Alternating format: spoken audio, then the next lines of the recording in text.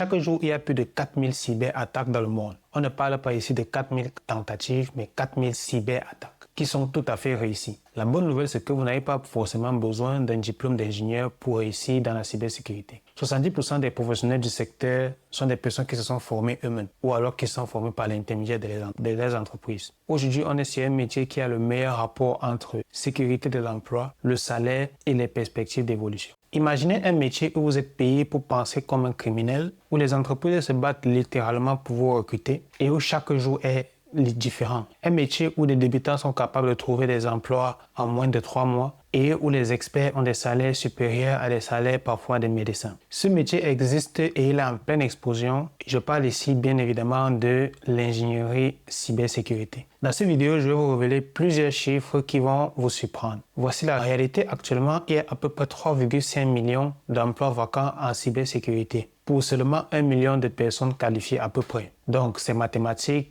La demande est tout simplement supérieure à l'offre aujourd'hui sur le marché de la cybersécurité. Ce qui fait que les salaires explosent dans ce domaine. Aujourd'hui, je vais vous expliquer tout sur ce métier d'ingénieur cybersécurité. Je vais vous expliquer comment est-ce que vous pouvez vous y prendre pour vous former. Parce que je pense que c'est certainement l'une des meilleures opportunités de carrière en cette année. Mais avant de commencer, si vous souhaitez booster votre carrière IT, et découvrir quel profil correspond à vos ambitions, vous allez aller juste dans la barre de description. Je vous ai créé un quiz qui se résout en moins de 2 minutes. Et dans ce quiz, vous avez la possibilité de découvrir quel est votre profil IT et télécharger un guide qui vous donne une stratégie de carrière adaptée à vos objectifs. En plus de cela, vous avez également un deuxième guide qui est offert gratuit en description et qui vous donne les secrets que les professionnels de l'IT vous cachent. Tout est dans la barre de description, n'hésitez pas à télécharger. Alors, la première question, c'est pourquoi est-ce que la cybersécurité explose autant? La réponse est tout à fait simple, mais peut vous inquiéter. Chaque jour, il y a plus de 4000 cyberattaques dans le monde. On ne parle pas ici de 4000 tentatives, mais 4000 cyberattaques qui sont tout à fait réussies. Ça peut être par exemple des ransomware qui paralysent les hôpitaux,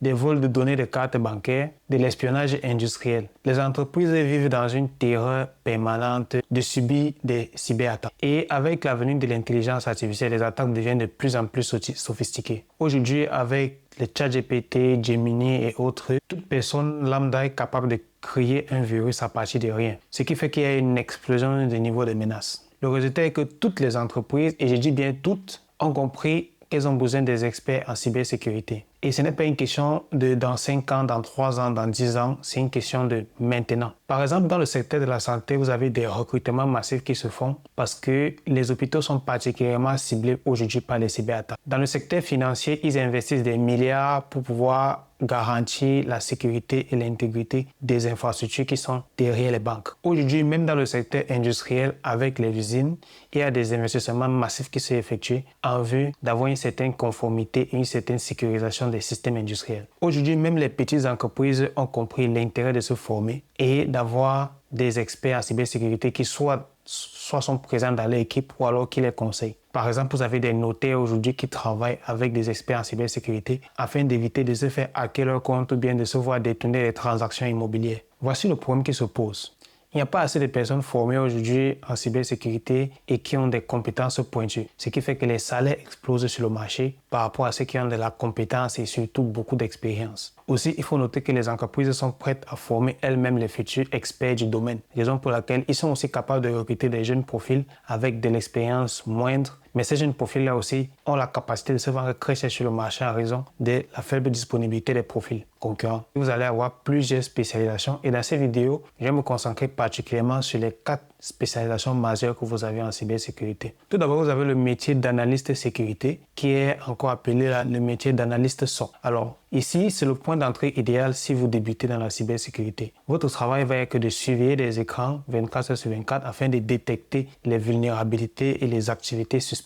Vous travaillez dans ce qu'on appelle un SOC, Security Operations Center, qui est une grande salle avec plein d'écrans et à l'intérieur de laquelle vous allez encadrer d'experts. C'est une grande salle avec plein d'écrans où vous avez des informations en temps réel qui s'affichent et lorsque vous avez un certain nombre d'alertes, vous pouvez intervenir. Le métier d'analyste SOC est parfait pour débuter parce que vous allez apprendre l'utilisation des outils liés à l'environnement cible. Vous allez aussi pouvoir comprendre comment est-ce que fonctionnent les attaques et vous allez pouvoir être encadré dans les experts en vue de répondre à ces attaques-là pour pouvoir apporter une solution aux clients. La deuxième spécialisation, ça va être le testeur d'intrusion ou encore pen tester. Ça, c'est le métier qui fait rêver, encore appelé hacker éthique. La mission ici, ça va être d'essayer de pirater des systèmes de vos clients pour pouvoir identifier leurs faiblesses et avec l'aspect légal, c'est-à-dire avec leur permission. Concrètement, vous allez utiliser les mêmes techniques que les pirates pour pouvoir introduire leur système et découvrir les différentes vulnérabilités pour leur faire un rapport afin qu'ils puissent se mettre à jour vis-à-vis des différentes menaces qui existent sur le marché. Par exemple, vous allez tester le site web de l'entreprise, les applications mobiles, les applications web et si vous rencontrez des failles, si vous trouvez des points critiques, vous allez pouvoir identifier et remonter ces différents points-là pour que l'entreprise puisse agir en conséquence. C'est un métier qui est très créatif, le métier de pentester, et qui demande pas mal de curiosité et beaucoup de patience. La troisième spécialisation, ça va être le métier d'architecte sécurité. Là, on va un peu monter en niveau. L'architecte sécurité est celui-là qui va concevoir la stratégie globale de protection des entreprises. Un peu comme un architecte classique en ce qui concerne les systèmes informatiques. L'architecte sécurité est celui-là qui va définir où est-ce qu'on place les murs, où est-ce qu'on place les portes, où est-ce qu'on place les caméras de surveillance numérique. En tant qu'architecte sécurité, vous allez pouvoir choisir les outils à utiliser, vous allez pouvoir conserver les différentes procédures, donc la conception des procédures et également pouvoir anticiper les futures menaces. C'est un poste qui demande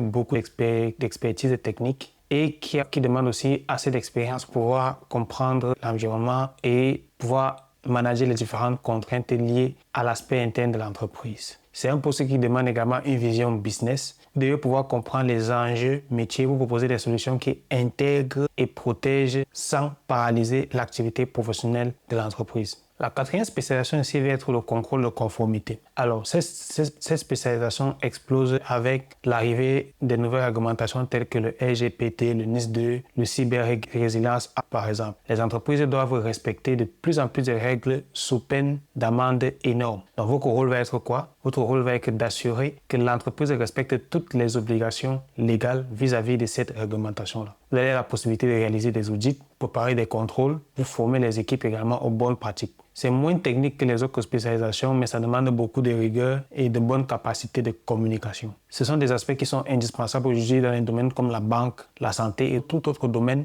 qui appelle à traiter les informations des clients. Donc, on va dire également tout ce qui est dans le retail, la vente, les supermarchés et tout. Comment se former pour débuter dans la cybersécurité? La bonne nouvelle, c'est que vous n'avez pas forcément besoin d'un diplôme d'ingénieur pour réussir dans la cybersécurité. 70% des professionnels du secteur sont des personnes qui se sont formées eux-mêmes ou alors qui sont formées par l'intermédiaire des entreprises. Si vous partez de zéro, le chemin que je vais vous recommander est le suivant. Tout d'abord, il faut commencer par comprendre les bases de l'informatique. Comment fonctionne Internet? Qu'est-ce qu'un réseau? Comment communiquent les ordinateurs? Il y a beaucoup de cours en ligne gratuits qui vous permettent d'acquérir ces compétences-là. Ensuite, une fois que vous avez toutes ces bases-là, vous allez pouvoir vous spécialiser progressivement. Pour le métier d'analyste sécurité, vous pouvez commencer par apprendre les outils de SIEM, c'est-à-dire les logiciels qui centralisent les événements de cybersécurité. Pour ceux qui veulent faire du pentest, vous avez des environnements comme Kali Linux, qui est un système d'exploitation spécialisé dans les tests de sécurité. Il faut noter également que les certifications sont très importantes dans ce domaine, voire cruciales pour le recrutement. Vous avez des certifications comme la Security Plus de CompTIA, qui est une certification généraliste que je conseille à toute personne qui a les bases de réseau et qui souhaite étoffer son CV et également acquérir un certain nombre de connaissances en cybersécurité avant de commencer à se spécialiser. Ensuite, si vous pouvez faire par exemple la certification CEH pour ceux qui sont intéressés par le hacking éthique. Vous avez également des certifications comme la CISSP pour l'architecture, la ISO 27001 pour la conformité. Et surtout, il va falloir pratiquer et avoir ce qu'on appelle l'expérience hands-on.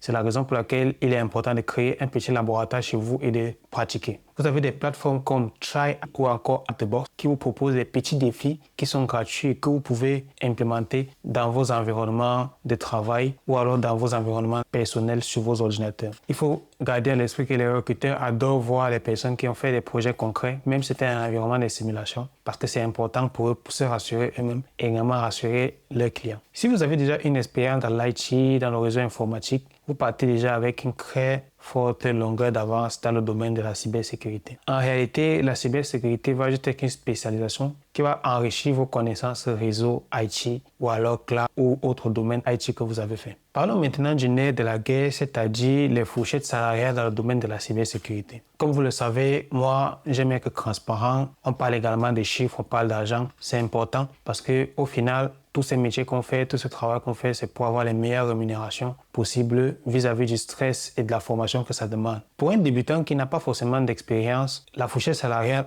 dans l'ingénierie cybersécurité va se situer, en tout cas ici pour le marché français. Notez que tous les chiffres que je donne, c'est uniquement pour le marché français. Vous pouvez transposer pour les autres marchés, par exemple la Belgique, l'Allemagne, qui sont à peu près des marchés similaires. En Suisse, c'est différent parce que les salaires sont beaucoup plus élevés. Au Canada, c'est des niveaux similaires qui peuvent être un peu plus élevés aussi. Mais il faut garder à l'esprit que pour ce qui concerne le monde occidental et le Canada, c'est-à-dire l'Europe, hormis la Suisse et le Canada, vous avez à peu près pour moi les mêmes niveaux salariaux. Et après, vous passez pour les États-Unis, c'est beaucoup plus élevé. Voilà, là-bas, c'est un autre environnement où les salaires sont encore beaucoup plus élevés. Mais sinon, globalement, c'est les chiffres que je vais donner là, c'est les chiffres du marché français. Donc, pour un débutant, entre 3 à 5 ans, entre 1 à 3 ans d'expérience, vous avez une fourchette salariale qui est entre 35 000 et 50 000 euros. Ensuite, entre 3 et 5 ans d'expérience, là, vous commencez à avoir une négociation qui peut se faire entre 55 000 et 75 000 euros. Ici, je parle du salaire annuel. Ce qui fait un décalage entre à peu près 40 à 60% par rapport au niveau débutant. Généralement, pour pouvoir atteindre ce niveau de rémunération, une fois que vous avez votre première expérience, 2, 3, 4 ans d'expérience, vous pouvez commencer à chercher une nouvelle entreprise dans laquelle vous allez pouvoir négocier ce type de salaire-là si vous n'arrivez pas à atteindre ce salaire dans votre entreprise initiale. Ensuite, vous avez les seniors avec plus de 5 ans d'expérience qui vont avoir des salaires qui vont varier entre 75 000 et 120 euros selon leur spécialisation. Ça veut dire que celui qui est spécialiste pentest n'aura pas le même niveau de salaire que celui qui est architecte sécurité ou encore que celui qui fait juste de la conformité. Pour les vrais experts, les spécialistes indépendants, vous avez des salaires qui peuvent commencer à partir de 120 000 euros annuels, voire plus, parce qu'en général, ce type de profil-là, ils appellent plusieurs missions et ils peuvent commencer à créer même leur cabinet de conseil. Il faut noter que géographiquement, en France, vous avez déjà de très belles opportunités dans le domaine de la cybersécurité. Mais si vous êtes mobile, n'hésitez pas à regarder du côté du Royaume-Uni, de la Suisse, du Canada, où les salaires peuvent être légèrement plus élevés que la France. Si vous appréciez la vidéo jusqu'ici et que vous estimez que les informations que je vous ai données en ce qui concerne les salaires de la cybersécurité et les différents domaines de la cybersécurité vous apportent une plus-value et une connaissance en plus, je pense que la vidéo mérite quand même un j'aime. Moi, ça m'encourage à continuer sa référence à la vidéo pour que d'autres personnes qui sont soit des jeunes diplômés, soit des personnes qui sont en reconversion puissent tomber sur cette vidéo et également avoir un certain nombre d'informations qui sont les informations réelles aujourd'hui en ce qui concerne le domaine de la cybersécurité. Maintenant, il faut être honnête, le métier de la cybersécurité a également ses défis que moi, je ne vais pas vous mentir en vous disant que c'est un métier. Je pense que si vous regardez soit les documentaires en cybersécurité, soit les interviews de personnes qui travaillent dans ce domaine, vous comprendrez que la pression qui existe est quand même assez élevée parce qu'on est parfois sur des enjeux qui peuvent atteindre des montants très importants. Ce qu'il faut noter dans un premier temps, c'est que c'est un domaine qui est en perpétuelle évolution. Les menaces changent tous les jours. Chaque jour, il y a de nouveaux outils qui évoluent constamment. Les réglementations sont de plus en plus dures. Et il faut être prêt à apprendre tout au long de sa carrière. On n'est pas sur un métier où vous allez vous asseoir au bureau et faire la même chose pendant 10, 15, 20 ans. On est sur un métier qui va évoluer avec le temps et à chaque fois, vous devriez vous former. Il y aura toujours de nouvelles choses qui vont arriver sur le marché. Le deuxième point, ça va être la pression qui est liée à ce métier. Quand vous êtes responsable de sécurité dans une entreprise, une faille peut coûter beaucoup d'argent à l'entreprise. Je parle ici d'une faille de sécurité. Il faut donc pouvoir gérer ce stress-là et rester vigilant vis-à-vis de cet enjeu. Troisièmement, contrairement aux idées reçues du fait qu'un analyste, un expert cybersécurité ou un ingénieur cybersécurité est juste derrière son ordinateur, il faut savoir qu'il y a beaucoup de communication qui intervient dans ce domaine. En réalité, beaucoup d'ingénieurs, beaucoup d'experts passent du temps à expliquer, à faire comprendre leur logique, à faire comprendre les problématiques que de coder ou bien d'implémenter des solutions techniques. Il faut pouvoir vulgariser beaucoup de concepts techniques pour des personnes qui ne sont pas experts du domaine lorsqu'on collabore avec elles afin de pouvoir entraîner le projet et évoluer vers une certaine direction qui va être productive pour l'entreprise et pour les participants au projet. Ces différents défis-là, c'est aussi ça qui rend le métier d'ingénieur cybersécurité passionnant pour moi. En réalité, il n'y a jamais de routine. C'est un apprentissage continu et quotidien. Aussi, en termes d'évolution, il faut noter que les perspectives sont assez variées. Vous pouvez évoluer vers des postes de manager, par exemple, si vous voulez travailler dans une grande entreprise. Vous pouvez faire du consulting indépendant, ce qui est aujourd'hui en vogue, que ce soit en France,